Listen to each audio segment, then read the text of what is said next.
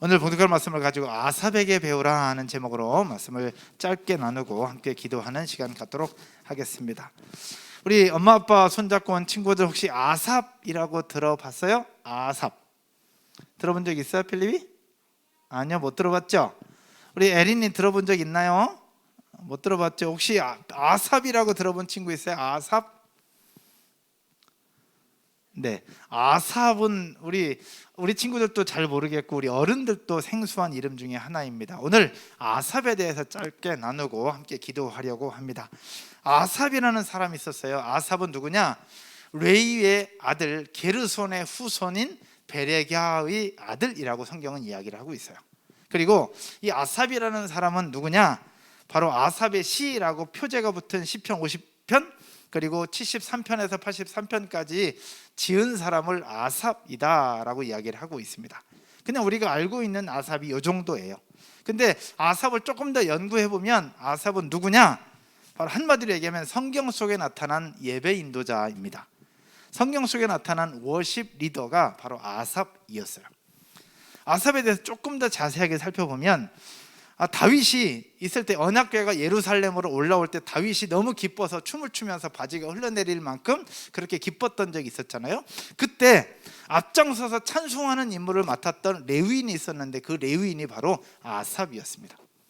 그리고 그 아삽은 바로 다윗 왕 때에 두목이 되어서 전체를 관장하면서 찬양을 앞장서서 세웠던 사람이 바로 아삽이었고, 이 아삽을 중심으로 해서 120여 명의 오케스트라가 세워지는데 큰 역할을 했던 사람이 바로 아삽이었습니다. 오늘날로 얘기하면 여기 찬양하는 김인규 전선인과 같은 역할을 했던 사람이 바로 아삽이었어요. 또 이 아삽이 그런 사람이었는데 아삽만 그런 것이 아니라 그의 아들들 그리고 그의 후손들도 하나님을 찬양하고 예배하는 예배 인도자의 삶을 살았던 부분임을 성경은 우리에게 보여주고 있습니다. 그리고 그 자손들도 다윗 왕 때뿐만 아니라 다윗 왕 이후에 요시야 왕 때에도 성전에서 하나님을 찬양하는 일들을 했던 사람이 있는데 그 사람들이 바로 누구냐? 아삽의 후손들이었다라고 성경은 우리에게 이야기를 하고 있습니다. 아삽의 후손들 가운데 바벨론으로 잡혀갔다가 다시 돌아왔을 때 그 사람들을 성경은 뭘 얘기하고 있느냐? 바로 스가랴서 2장 41절에서 이렇게 말씀해요. 노래하는 아삽 자손이라고 이야기를 하면서 그 사람이 총 128명이나 되었다. 그러니까 아삽의 자손들, 아삽의 후손들이 노래하는 사람들이었고 그 사람들이 바로 왕을 섬기면서 하나님의 성전에서 하나님을 예배하고 하나님을 예배하는 일에 앞장섰던 레위인들이 바로 아삽의 후손들이었고 그의 자손들이었음을 성경은 이야기하고 있습니다. 아삽은 오늘 본문을 통해서 우리에게 이렇게 말씀하고 있어요. 한번 볼까요? 오늘 읽었던 본문 2절부터 4절까지입니다. 우리 친구들도 글씨 아는 친구들은 함께 읽겠습니다. 내가 입을 열어 비유로 말하며 예로부터 감추었던 것을 드러내려 하니 이는 우리가 들어서 아는 바요 우리의 조상들이 우리에게 전한 바라. 우리가 이를 그들의 자손에게 숨기지 아니하고 여호와의 영예와 그의 능력과 그가 행하신 기이한 사적을 후대에 전하리로다. 어디에 전하리이다? 후대에 전하리이다. 이것이 아삽이 기록한 시편인데 아삽은 본인들이 들었던 하나님에 대해서 후대에도 계속해서 전하겠다라는 그 고백을 해요. 그리고 실제로 그렇게 전합니다. 본인도 그렇게 살았고 또 그 말씀을 후대에게 계속 전하는 일들을 계속해 와요. 그 결과 어떤 역사적인 평가를 남기느냐, 세 가지만 나눠주면 첫 번째는 아삽의 아들들 중에서 삭굴, 요셉, 느다냐, 아사렐라라고 하는 네 사람이 나오는데 네 사람이 바로 왕의 명령을 쫓아서 신령한 노래를 부르는 예배 인도자의 직분을 감당을 합니다. 역대 상에 있는 말씀이에요. 또 여러분 알고 있는 역대 하에서 여호사밧 왕이 통치할 때에 위기를 당하잖아요. 그럴 때 찬양대를 조직해서 전쟁에서 승리를 해요.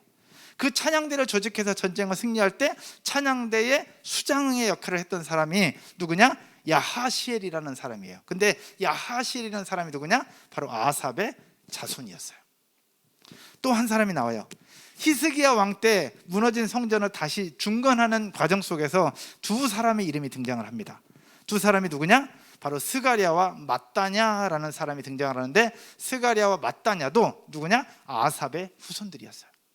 그들 모두가 다 하나님을 예배하고 하나님의 성전을 건축하고 하나님을 찬양하는 일에 앞장섰던 사람이 거의 대부분 다 아삽의 후손들이었다는 것을 이야기를 하고 있어요. 최근 코로나를 지나면서 한국교회 청년들 상황을 설문한 리서치가 있어요. 우리는 대한뉴스장로의 합동 측인데 고신 측에서 발표한 고신 뉴스에 의하면 이런 결과를 이야기하고 있더라고요. 현재 교회 출석 청년 3명 중 1명 이상이 10년 후에 교회를 안 나갈 수도 있다.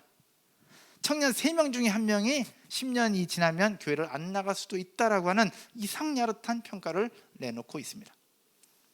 그런데 근거 없는 이야기는 아닌 것 같아요. 지난번 5월달에 김대진 목사님 오셔서 함께 나눠주셨던 말씀 중에 교회에서 자라고 주일학교를 통과한 친구들이 고등학교를 졸업하고 나이가 20살이 돼서 10년 이후에 교회를 떠날 수 있는 확률이 바로 68%나 된다고 함께 나눴던 적이 있을 거예요. 그 친구들이 20살이 되고 10년 안에 교회를 떠날 확률이 68%. 그 중에서 다시 이만저만 이유로 50%, 즉 34%는 다시 돌아오지만 나머지 34%는 영원토록 돌아오지 않을 수 있다는 것이 바로 통계 수치였어요. 그런데 여기서 반대로 생각을 했다고 목사님도 말씀하시고 연구 자료에도 그렇게 하고 있습니다. 68%가 교회를 떠날 수 있는데, 그러면 32%는 왜 교회를 떠나지 않느냐? 어떻게 하면 신앙을 지켜나갈 수 있느냐? 하나님을 잘 섬길 수 있느냐? 그 특징은 바로 이것이었습니다. 어릴 때부터 여호와의 일하심을 경험하고 그분의 일하심을 듣고 자랐던 친구들은 32%, 결국 어떤 일이 있어도 하나님을 떠나지 않을 것이라고 하는 통계 수치와 확신을 가지고 있다는 얘기입니다. 오늘 이 예배당에 나와서 아이들과 함께 예배하는 여러분들뿐만 아니라 여러분의 자녀들이 32%에 속하며 무슨 일이 있어도 하나님을 떠나는 것이 아니라 아삽의 자손들처럼, 아삽의 후손들처럼 멋진 하나님의 사람들로 자라나게 될 줄로 믿습니다. 여러분 아멘이십니까? 아멘. 아까 찬양하는데 화면에 이레가 박수치면서 찬양하는 모습이 딱 떴어요. 그 순간에 저는 이레를 본 것이 아니라 이레의 엄마를 봤어요. 이레의 엄마의 눈꼬리가 달라졌어요. 아들이 찬양하는 그 모습을 본 엄마의 그 모습, 뭐라고 표현할 수 있을까? 그 행복감은 이루 말할 수가 없는 거예요. 우리 이레만 비춰졌지만 이레뿐만 아니라 여러분의 자녀들이 함께 예배할 때 여러분의 눈꼬리가 올라가고 여러분의 입꼬리가 올라가며 그렇게 하나님을 예배하는 여러분 모두가 되고 더 행복한 교회 성도들이 될 줄로 믿습니다. 아멘. 최근에요, 국민일보 자료에 의하면 이렇습니다. 국민일보 자료에서 신앙교육에 가장 큰 영향을 미친 사람이 누구냐라는 설문이었습니다. 신앙교육에 가장 큰 영향을 미친 사람이 누구냐?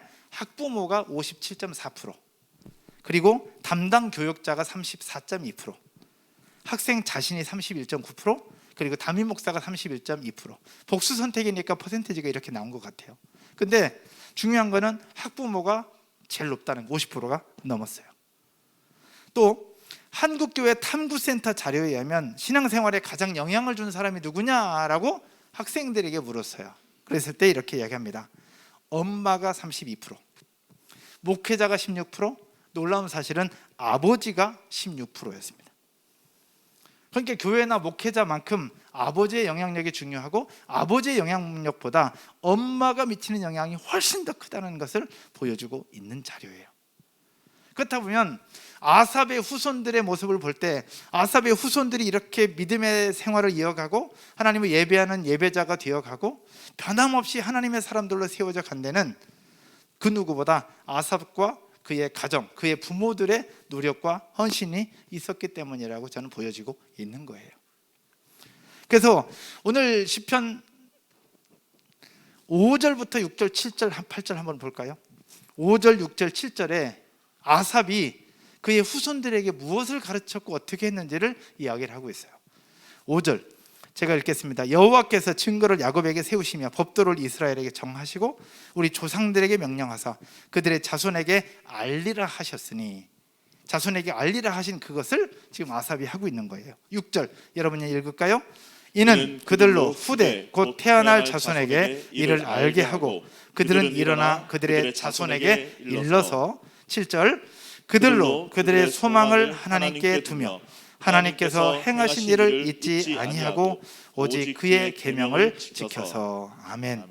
그들의 소망을 하나님께 두도록, 그리고 하나님이 행하신 일을 잊지 아니하고 계속해서 가르쳐 왔던 아삽의 모습을 보여주고 있습니다.